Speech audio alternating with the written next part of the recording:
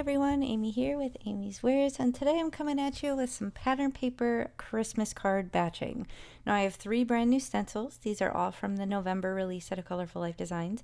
I will link all the names and all the available products in the video description box below if you expand and scroll down. I have some scrap random old pattern paper for Christmas that I'm going to use. So I hope this inspires you to use your stencils with your pattern paper and create some really easy holiday cards.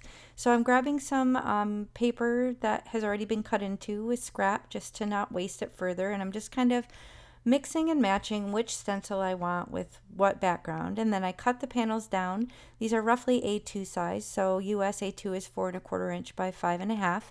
And then I'm just going to figure out what stencil with what paper. I think I did end up switching one of the papers at one point. And I'm going to put it down on my makeshift workstation and do some very simple ink blending. So I have eucalyptus and green tea.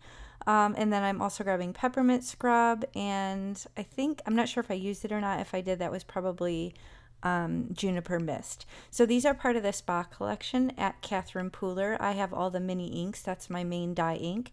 And I am starting with the lighter color first, and then I will go over with a little bit of the darker green as well, just to give it a little bit of variation in color. But with these thin lines, it's kind of a subtle shift in color.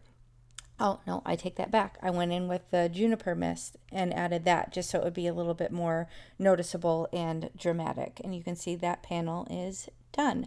So I'm going to set that aside and do the ink blending for all 3. I'm kind of working in a production line here in terms of creating the backgrounds first, and then I'll pull all the components together. So I'm going to line this one up on the front of the card. It's a cool, like, geometric tree shape. This one is so fun. This was one of my favorite of this release, and there's so many fun ones.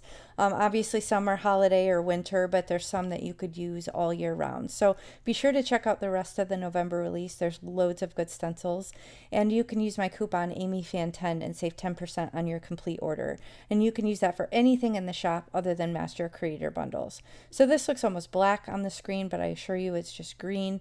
And 𝗵𝗵𝗶𝘀 dye ink does kind of come on a little bit harsh at first, but it does dry back a little bit lighter. So here I'm using that peppermint scrub, and I'm just kind of pouncing off the excess just because the reds tend to be extra juicy for some reason, and I didn't want it to get up under the stencil and kind of ruin my design. So you could absolutely mask off or use a smaller brush and do the stars a different color, but I wanted to keep it simple and just use the one color on the front of this card panel. So once I'm done with this, I will move on to the next step, and I have these 3 panels ready to go. Now I'm going to shop my binder here. I have a binder for my regular sentiments.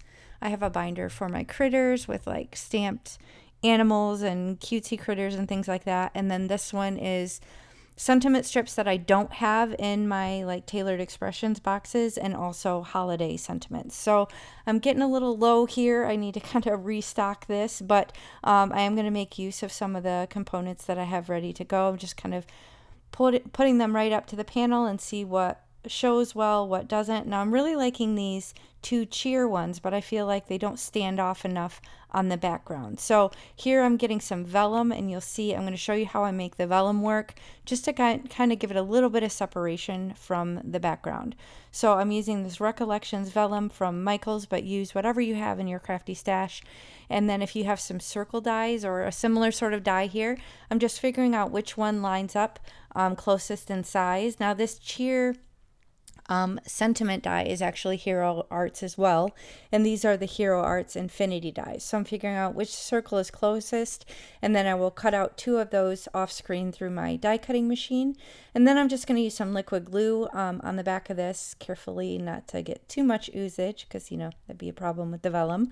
But I'm going to put that down, kind of pounce it off so there's not extra, and then I'm going to line up this vellum right on that die cut. So that'll give it that cool separation from the background, give it a little bit more visual interest, make it a little bit more special feeling.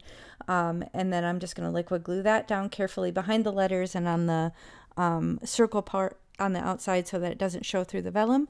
And then I apply some satin matte gold and metallic gold, whichever one looks best with the coordinating paper. And that's going to finish the cards. Now you'll see on some of these I rounded some of the edges with my corner chomper. I did it kind of different on each card. I did maybe one corner or just opposing corners, or on the candy cane one, I did all 4 corners. So it's a fun way to add some interest without a lot of time, and I hope you found this helpful. If you did, please hit the thumbs up and consider subscribing. I hope this encourages you to get out your pattern paper with your stencils and create some easy holiday cards. So thanks so much for watching. I'll catch you next time. Bye.